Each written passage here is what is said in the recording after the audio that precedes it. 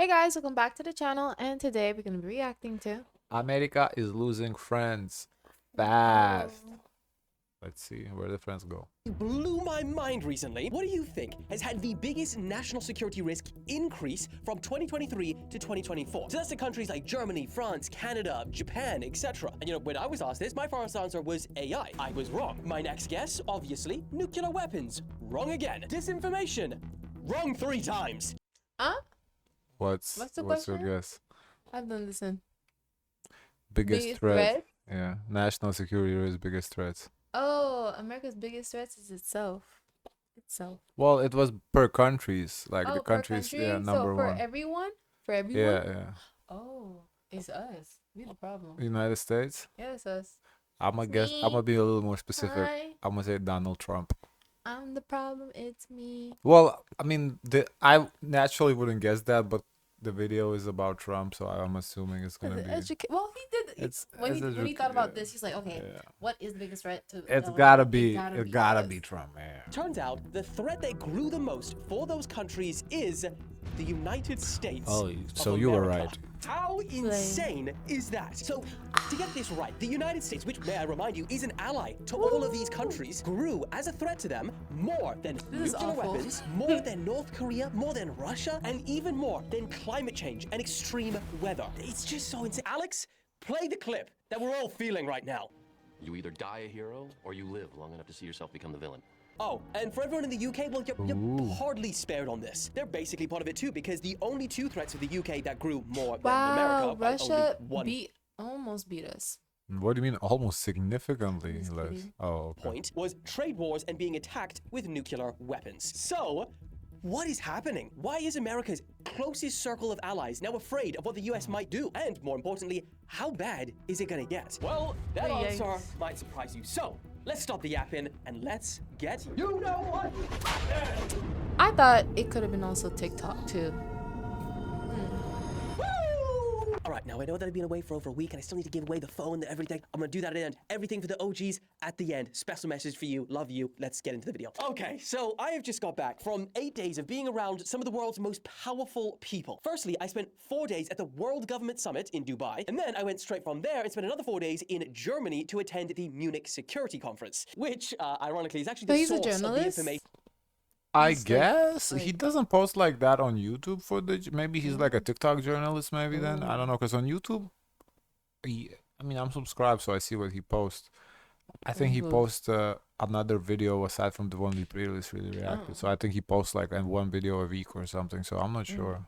About the US growing in threat. In fact, I was in the room when JD Vance gave that speech. And I can tell you firsthand, America's representatives in both of these events, man, they had some tension and a bit of a vibe shift around them. But then again, it's understandable as to why. You see, Trump has arrived back in office with a hard America First policy. And let's be honest, he's pretty much threatening the entire world with a trade war, essentially saying whoever wants it can get it.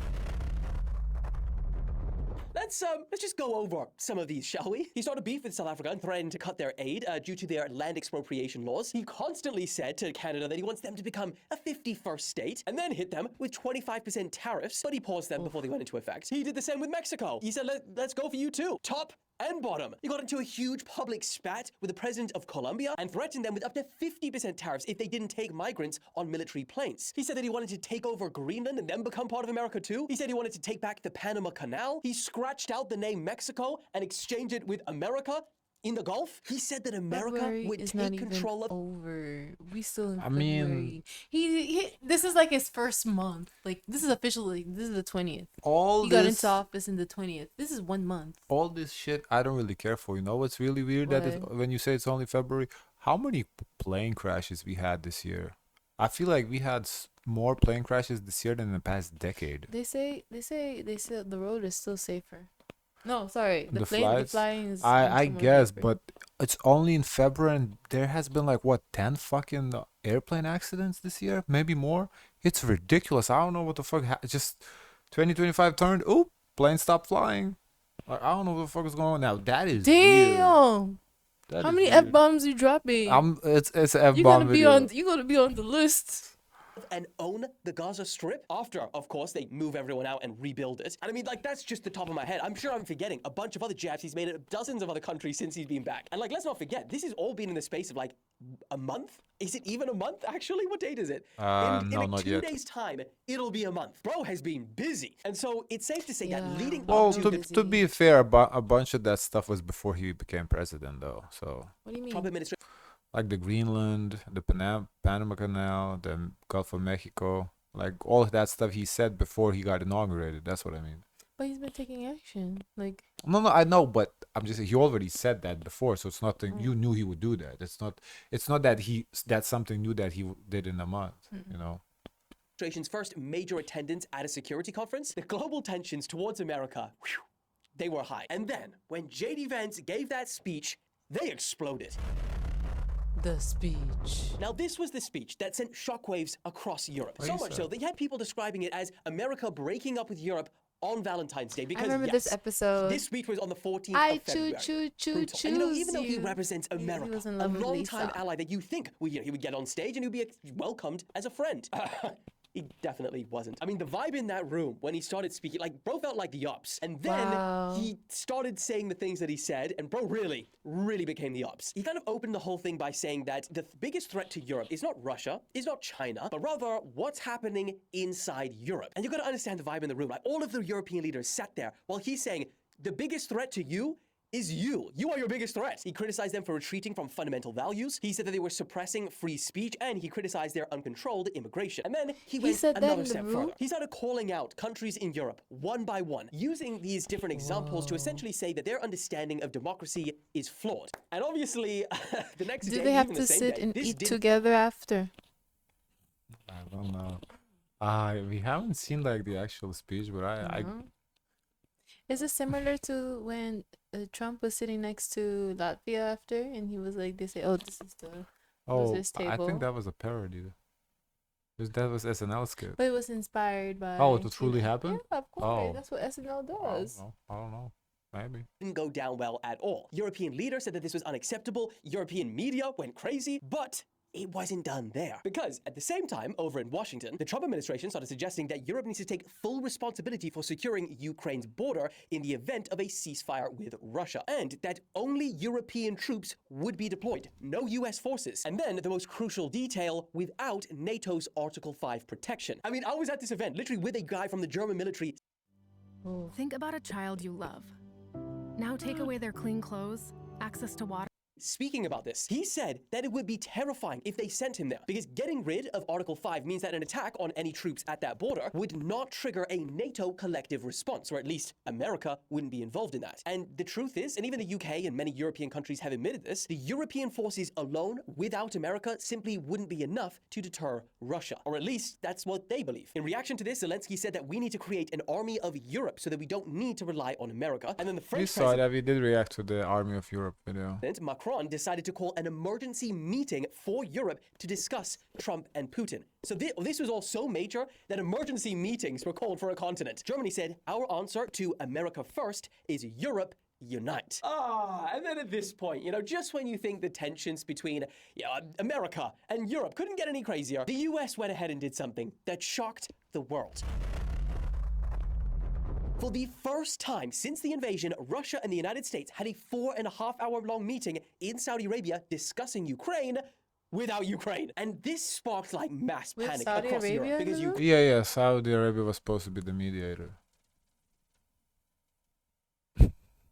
Ukraine and other countries are now worried that Putin and Trump might be cooking up some negotiation without them at the table.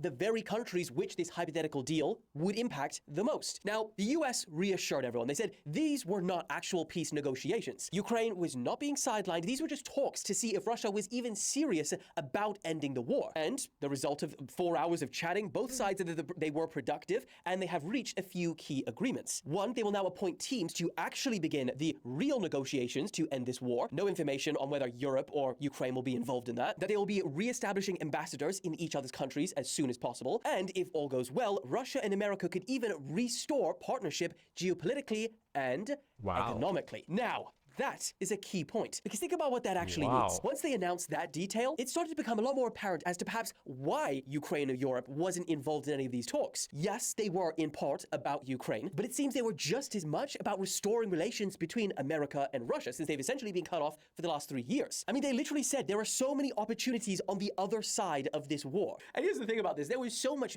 outcry from the public and the media's reaction about, why it was just those two. No one else was invited. But when Trump was actually asked, it just was like, bro has had so much criticism for years. I don't think that bro even feels that anymore, because this was his response. Message for Ukrainians who, after 3 years of fighting, might feel betrayed or disappointed at not having a seat at these initial talks in Saudi Arabia? Well, they've had a seat for 3 years, and a long time before that. This could have been settled very easily. A half-baked negotiator could have settled this years ago. When they're worried about not being seated, you mean somebody that should have gone in and made a deal a long time ago. You could have made a deal. This is one that could have made a deal. There was no talk of this during. Made a deal. That's his favorite expression. The Trump administration. Putin would have never, ever done it. Honestly, that was a classic Trump answer. So the question is, ultimately, what do you guys think? Because on the one side, his hardline approach, he's reasserting dominance and independence to the world and reinforcing that the US will not be taken for granted in global affairs. But then at the same time, this hardline approach could risk weakening long time alliances, which ultimately have kept global security in check. So let me know, what do you think? Is this strategy good, bad? Let me know in the comments. But I think he's been there for 4 years, so I don't know how serious. I think if it was 8 years, okay, 8 years you could do a lot. 4 years, 4 years by still. a blink.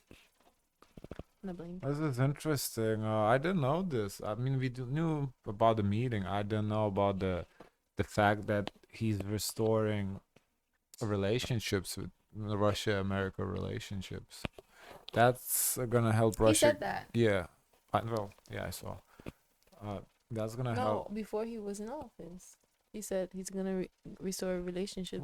Right, but I didn't know he's taking all the tariffs off. Not tariffs, like whatever that they're gonna trade again, basically. Can I see the comments? Yeah, sure.